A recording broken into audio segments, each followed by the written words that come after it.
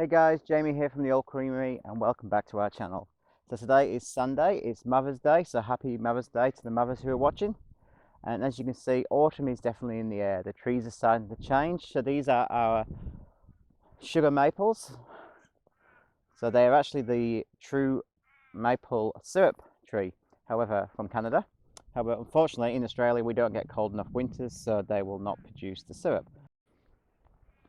So autumn is definitely here on the farm. The trees starting to change colour, the leaves are falling, we have weird stuff going on.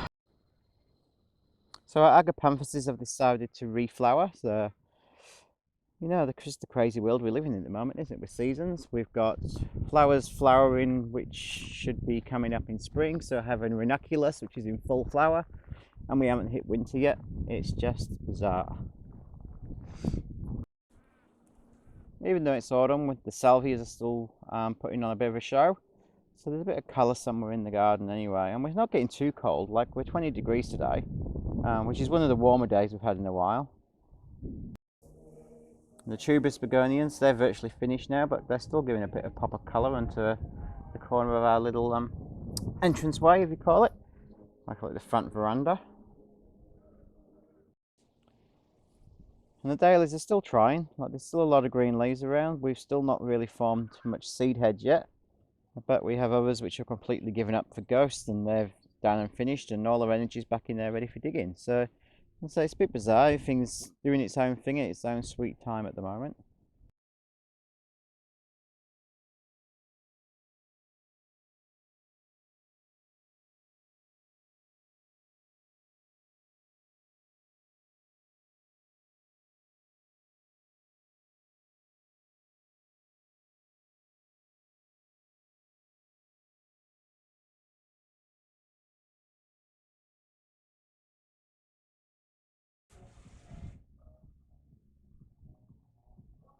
The zinnias and the salvias pumping out the colour, and the basils are going to seed over the back.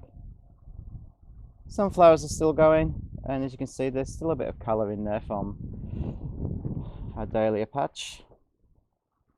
But everything's just collapsing, and it's just holding off for me to get in there, you know, with a big pair of secateurs and just hack it all back, which is starting today.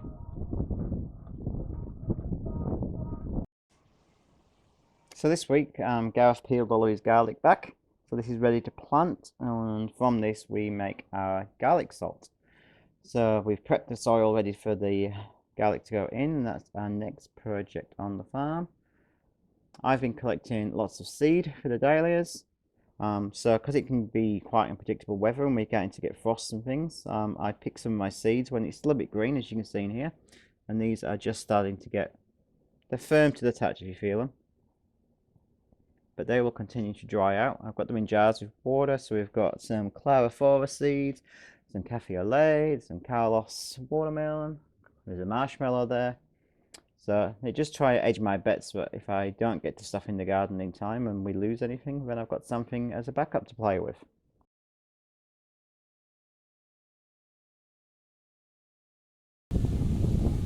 And that's the beauty of nature. Dahlias I bought. So it's been in the pot. Nothing's ever set in stone. Each day is a new day, and who knows what's around the corner. So this is my Colorado Terra. And autumn is the time when the gardens get messy. There's not much you can do about it. We're cutting back. We're pulling things out. We're starting to get ready to put our soil amendments in. And we're enjoying the last few blooms of the season. Which is the eye for next year. So when I cut back, I'll probably cut back just above where that stem cut is there. You can see the leaf there, probably about a ½ centimetre above that. And then I'll protect this little bit here, which is next year's growth point in the eye. So I've left this out for 24 hours. So you can see it's just now dry to the touch, and I'm gonna, for the sake of anything else, bury it in a bit of compost and put it back in this pot, leave the pot on its side, and it'll store it. It'll get more compost than that, like I'm gonna bury it completely, but just to give you an idea. And this pot has a couple of holes in the bottom and it can drain. Of course, I have a tag with it so it doesn't get mixed up. When I'm doing my big digs, I tend to use weed mat spikes, and I've got labels, those aluminium labels in there, and you can etch what variety it is. So I've used these in the garden, and they last forever, as you can see. It's etched in there. This week we also went through the greenhouse and we did our first stock take. So all of these cuttings you can see in here, there's 106. Might have increased because I think some more came in last night. But they have all been striked since the end of autumn. So it was too late in the year for me to worry about putting them in the ground. So they've all been in this greenhouse. This greenhouse is sitting at about 30 degrees during the day. It does drop to about 5 degrees overnight. Supplemental lighting, which I've covered in one of my other videos to help out. But yeah, so we did really well. So of all the ones we've put in here, which had roots, I've lost 3. So I'm pretty happy with that result. And then we'll start digging up what's in the garden. And this cutting, which I've got on the screen at the moment, was one I took about 6 to 8 weeks ago. So it was more of a trial to see how, well, to be fair, I put it in a really, really tiny pot, like it was really tiny, because I'd run out of normal pots. And I thought, well, you live or you die. You didn't look like you were too happy when I put you in there. And lo and behold, of course, it grew. Because I find dahlias, once they've got their roots down, they're pretty hard to kill. So I guess in terms of development of the farm, we've done our stock take this week. We've got an idea of where we're at and where we need to now focus our efforts on our tuber storage in terms of division to make sure we have enough plants to service the cut market flower industry next year. And also make sure we've got some plants to sell to you lovely people. One of my favourite times of autumn though is when we say goodbye to our dahlias. We also say hello to the tree dahlias. So they've just started to bloom, which it's always a bit hit and miss for us here in Jamaica, because sometimes if we get the frost too early, then the frost will finish them off.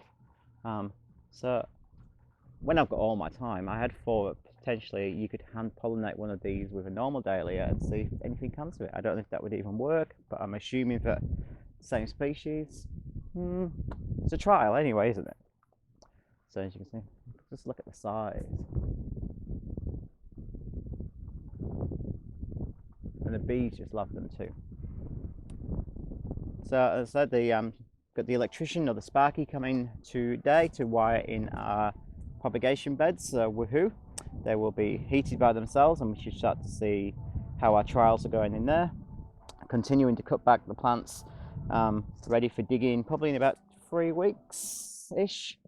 I've been working on our website, so doing some advice and guidance on there for you to how we grow our dahlias, so you can follow them at home if you want to, and updating our inventory, so that we know what we've got available for sale.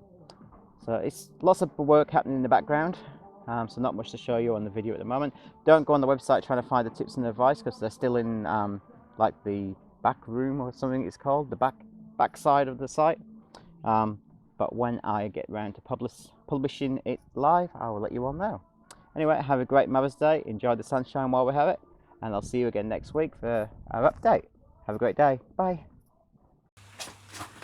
Thanks for watching our video, guys. Don't forget to hit the like, subscribe and the alert button if you want to stay tuned for what's coming up next. Have a great day.